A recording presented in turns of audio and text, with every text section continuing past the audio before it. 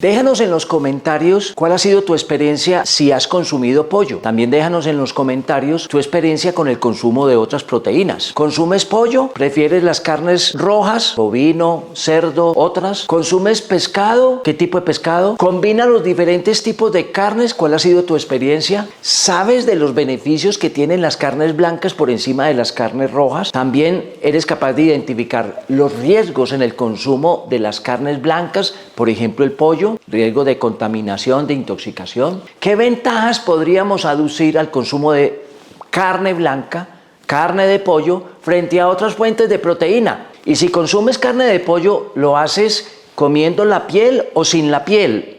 ¿Por qué el mito de la piel en el consumo de la carne de pollo? De todos estos aspectos vamos a estar hablando en nuestro video. La mayoría de estos tópicos obedecen a preguntas que ustedes nos han hecho en nuestro canal en relación con proteínas, pero también en relación con el consumo de las diferentes formas de carne. Si todavía no estás suscrito a nuestro canal, por favor busca la palabra suscribirse y tócala. Al fin, ¿qué? ¿El pollo es bueno o es malo para la salud? El consumo de proteínas es esencial para la vida. ¿Cuál es la función básica, importante de las proteínas? Darle estructura corporal a nuestro organismo. Es decir, la proteína se encarga de mejorar la estructura ósea del cuerpo. La estructura muscular enormemente se le debe a las proteínas. La estructura de otros tejidos que vemos, como en el caso de la piel, y otros que no vemos, que están internos. Las proteínas son esenciales para la estructuración de todo tipo de tejidos orgánicos. Sin esos tejidos sería imposible, por ejemplo, este esqueleto.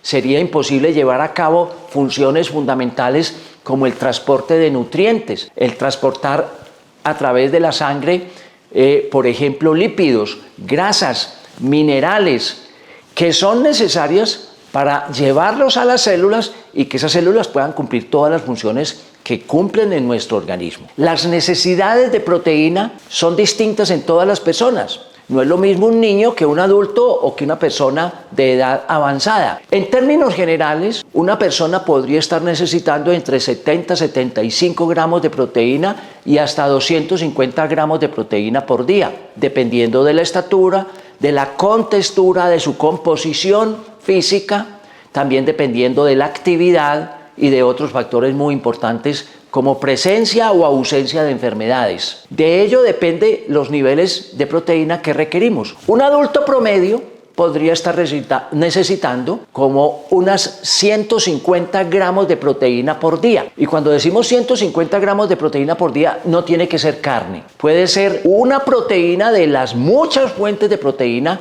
que tenemos en la naturaleza a disposición nuestra. Por ello, no hay duda, cuidar el consumo de proteínas es esencial para la vida. Si quieres una dieta alta en proteínas, entonces elige con cuidado las diferentes fuentes de proteína y que no dependan de una sola fuente. Las proteínas son esenciales para la vida, las debemos consumir a diario, debemos vigilar sus fuentes y no deberíamos casarnos con una sola fuente de proteína. ¿Cuáles son fuentes de proteína? Afortunadamente, muchísimas en la naturaleza. Allí tenemos fuentes provenientes de vegetales y tenemos fuentes provenientes de animales. La proteína vegetal proviene, por ejemplo, del consumo de la soya, también de los frijoles o de las alubias, o de los porotos, o de las lentejas, o la de los garbanzos. Todos ellos, alta fuente de proteína vegetal, muy sana. Frutos secos también tienen altos niveles de proteína. Y también tenemos fuentes de origen animal. Las más sanas, pescado, sobre todo pescado azul, salmón, caballa, entre otros, atún. También carnes blancas, como el pollo, como el pato, como las aves en general, carne de cerdo, carne de bovina, están allí dentro de las fuentes de proteína, las ponemos un poco por debajo porque pensamos que hay fuentes de proteínas más sanas. Y también hay productos lácteos, aquellos provenientes de la leche, ojalá con bajos niveles de grasa para que sean todavía mucho más nutritivos. ¿Y cuáles son los problemas entre las carnes rojas y las carnes blancas que tanto nos preguntan ustedes? Bueno, las carnes rojas tienen directamente metabolismo del ácido úrico a través de las purinas. Esas purinas y otras sustancias han sido relacionadas frecuentemente con agentes cancerígenos Y cáncer de colon, cáncer de recto y sigmoides están allí entre las posibilidades. Pero adicionalmente elevan el azúcar en la sangre y pueden ayudar a producir, por ejemplo, hígado graso o aumento de peso, sobrepeso y obesidad. No hay duda que las carnes rojas aportan problemas grandes para la salud. La enfermedad de la gota por la elevación del ácido úrico también está entre las posibilidades de contribución como factor de riesgo de las carnes rojas. No es la única fuente, porque hay otros factores de riesgo. Las carnes blancas por lo general son más sanas, tienen menos grasa, tienen una mejor proteína y no tienen esos problemas del ácido úrico y de las purinas, y si lo tienen, algunas de ellas provenientes del tipo de alimentación están en mucha menor cantidad y por eso es un bajo factor de riesgo pensando en cáncer. Aquí no hay duda, mientras mejor seleccionemos diario las fuentes de proteína, mejor para la homeostasis, el equilibrio del organismo. 100 gramos de pollo tienen una serie de nutrientes que no podemos desconocer.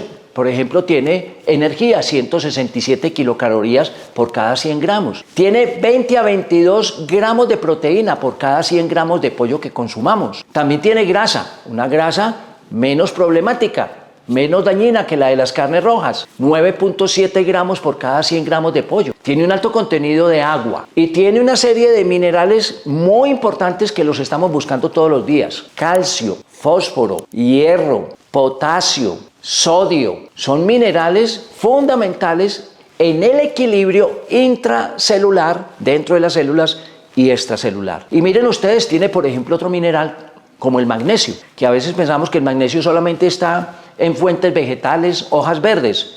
El magnesio hace parte de las carnes y está en un promedio importante. 100 gramos de pollo tienen alrededor de 20-25 miligramos de magnesio. Ese es un aporte fundamental. Y tiene vitaminas, y sobre todo unas vitaminas muy importantes, las del grupo B. Tiene vitamina B1, B3, B6, B12. Esas vitaminas tienen unas características importantes a nivel del sistema nervioso central, a nivel del sistema muscular para nuestro cuerpo. También tiene niacina. Es decir, que la cantidad de nutrientes de una carne de pollo son bastante y son fundamentales y son esenciales para la vida de cualquier persona. Pero no nos cansaremos de repetir. No vamos ahora a poner como sagrado la carne de pollo y vamos a satanizar las otras fuentes de proteína. Al contrario, llamamos la atención sobre las diferentes fuentes de proteína y no casarnos con una sola de ellas. ¿Qué diferencia hay entre los pollos que se cultivan, que se crían en las granjas y los pollos que están en libertad, están en la naturaleza? Bueno, las diferencias son grandes. Los consumos de pollos de granja se hace a través de cuidados de animales preparados para un crecimiento rápido, para una vida sedentaria, muchos pollos en muy poquito espacio. Eso le confiere ciertas características de sabor, de olor y también de diferencias nutricionales a esta carne. Las aves que están en libertad, algunos lo llaman pollos o gallinas felices, porque están en libertad, pueden utilizar otros nutrientes, otros alimentos, pueden ir a la tierra, pueden escarbar y entonces allí pueden hacerse a diferencias importantes en el valor nutricional de cada uno de los nutrientes que contiene. No hay duda, deberíamos privilegiar las aves de campo, pero hoy definitivamente las aves de corral tienen un menor precio, no tiene grandes diferencias en el aporte nutricional y por eso hoy son más socorridas, hoy están más disponibles que las mismas aves que están en libertad. Esas son las grandes diferencias, sin que para ello tengamos algunas diferencias nutricionales que no podemos esconder. Ahora bien, la carne de pollo es susceptible de contaminarse y eso lo tenemos que tener muy presente. Esta es una pregunta que ustedes nos han hecho. ¿Por qué se contamina la carne de pollo? La carne de pollo se contamina porque los procesos de elaboración, congelación, descongelación, muchas veces lleva manipulación no exenta de bacterias, de microorganismos. Y allí va a ser muy importante, entonces, para impedir contaminación, intoxicación alimentaria por pollo, que tiene alguna frecuencia a nivel mundial, debemos primero lavarnos las manos muy bien las personas que están procesando. Segundo, obviamente, evitar tocar otros utensilios y asuntos de la cocina y sobre todo llevar esa carne de pollo a una cocción con temperaturas por encima de 70 grados capaces de matar bacterias como Campylobacter, como Clostridium perfringens, como Salmonella, que están muy presentes en la contaminación cruzada de la carne de pollo. Higiene en la preparación de los alimentos, cuidado en la descongelación y congelación de pollo.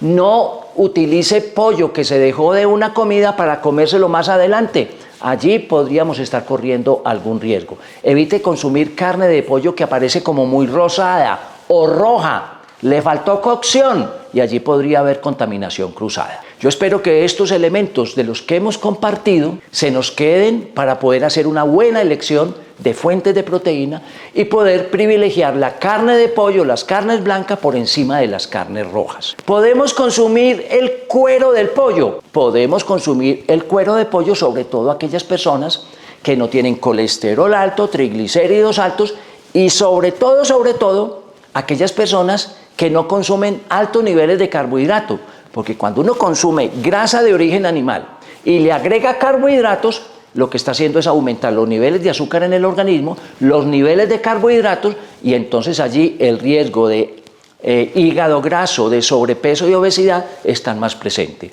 Si usted es una persona sana, colesterol normal, triglicéridos normales, azúcar normal, no tiene resistencia a la insulina, puede consumir ese cuerito de pollo sin exagerar, sin hacer exageraciones. Espero que esta información sea muy útil para todos y si lo es, dele un like o me gusta el video. Recuerde compartirlo y recuerde, si yo me cuido de las diferentes fuentes de proteína, me cuido de consumir pollo sano, me cuido de la contaminación e intoxicación de carne de pollo, yo puedo también cuidar a los demás compartiendo esta información, hablando de salud y hablando de los beneficios y los riesgos de la carne del pollo. Y todos juntos deberíamos cuidar este planeta Tierra que bastante nos necesita. Nos vemos en un nuevo video.